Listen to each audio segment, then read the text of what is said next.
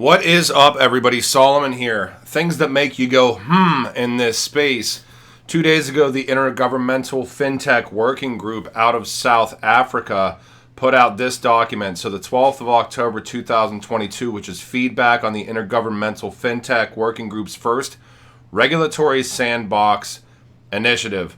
I will let you take two guesses at which digital asset may have met the mustard within this. And yes, it is certainly XRP. So the question that I have to ask myself with this document, with some of the information that's down below in this document, is the Central Bank of South Africa gearing up for not only cryptocurrency and digital asset utilization, but XRP utilization?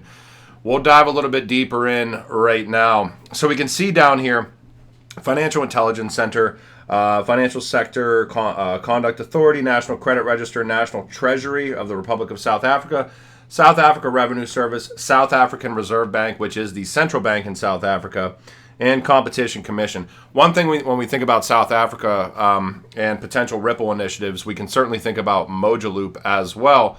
All right, but I want to dive into this because there was like 54 submittees. Now you're going to see, I think it's RSB, but this is essentially just regulatory sandbox. Out of those 54, there's really 9 use cases within this. So there's 9 actual sandbox tests that occurred. You can see what they fell under here. Cross-border payments. Cross-border crypto payments, there were 3. 2 out of the 3 are specifically pretty much dealing in XRP. The other one is Bitcoin and Bitcoin Satoshi's Vision. Cross-border payments reporting, crypto assets custody, which I think is through Investech. I was not able to find a ton on them. Crowdfunding, insurance, and lending. Now let's get down into the actual testing for cross-border payments. The first one is CentB.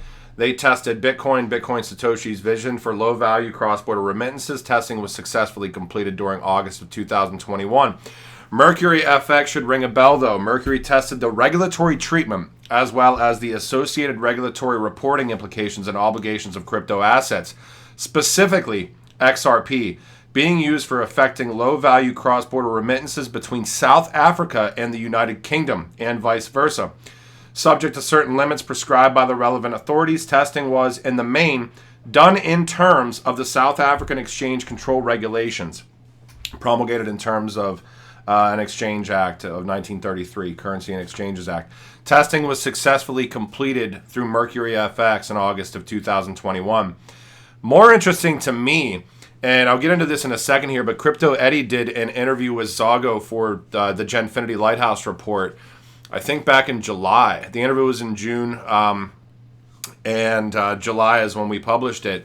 But Zago tested the regulatory treatment of crypto assets, again, specifically XRP, and they've actually launched the XUS stablecoin, a USD-backed stablecoin for South Africa. So Zago tested the regulatory treatment of crypto assets, specifically Ripple XRP. I don't know why they always say Ripple XRP.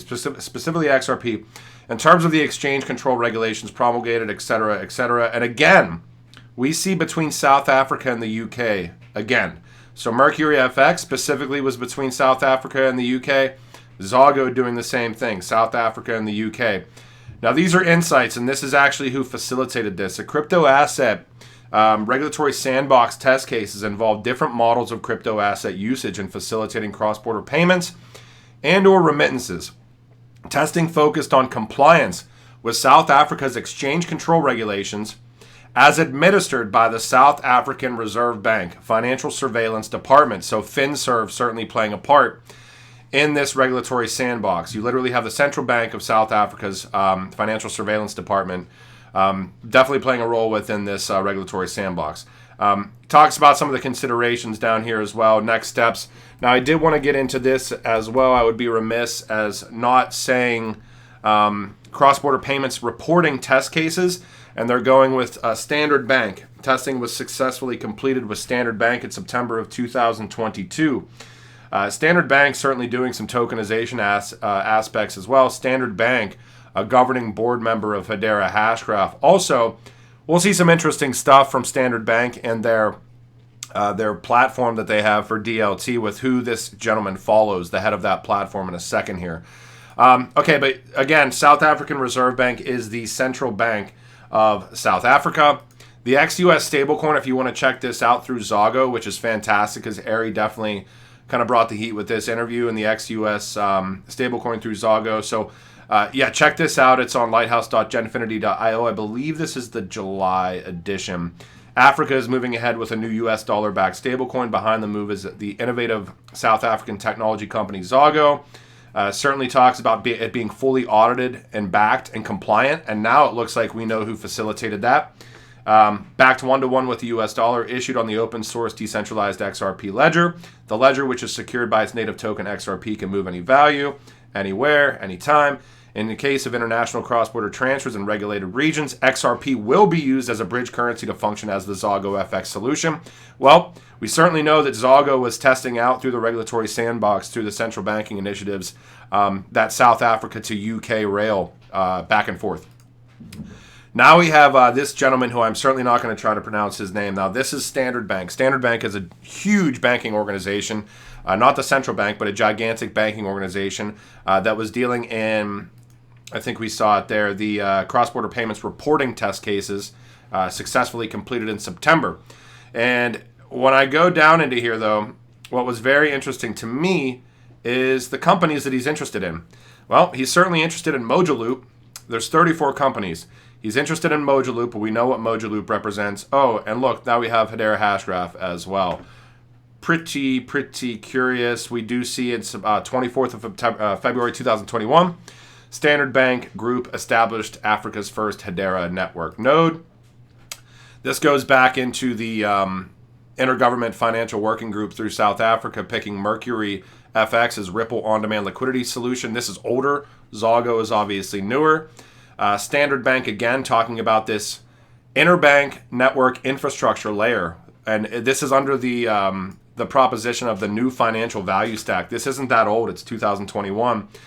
Talking directly about RippleNet, talking directly about XRP as well. And let me see if I can find this one in here. Yep. Standard Bank, IFWG. This is talking about Zago with XRP. It's talking about Standard Bank's Aroko blockchain platform. This is that gentleman. He's the head of the Aroko blockchain platform. Head, Aroko Platform Client Solutions, Standard Bank Group, and he follows and likes Mojaloop and Hedera. And last but not least, let me see if I can find this in here. I might not be able to at this point because it got all shaken up here. I think this is talking about Project Coca. Yeah. South African Reserve Bank initiated Project Coca in 2018, simulated real-world trial of distributed ledger technology-based wholesale payment system. What's interesting to me is the technology integrator is Accenture. Accenture has their hands in multiple pies. Accenture is also the one that's updating the Bank of England's renewed real-time gross settlement system, which is pretty interesting. We talked about the UK and South Africa here, but Accenture dealing directly in South Africa for tokenizing wholesale CBDC on Corda, R3 Corda. Block Markets Africa. Looks like this might be dealing something with Atom or Cosmos here. Deloitte as well in here, and other participants are Investec, which is part of this study in here, as far as crypto custody, as well as Standard Bank. So hope you guys enjoyed this video. There's certainly a lot of initiatives going on, and out of 54 use cases for within this regulatory sandbox, only 9 of them made it through. Only 3 of them made it through testing for cross-border payments, and guess which digital asset was being focused on in 2 out of 3 of those regulatory sandbox testing events? XRP. Hope you guys enjoyed this. I will talk to you when I talk to you. Thanks. Bye.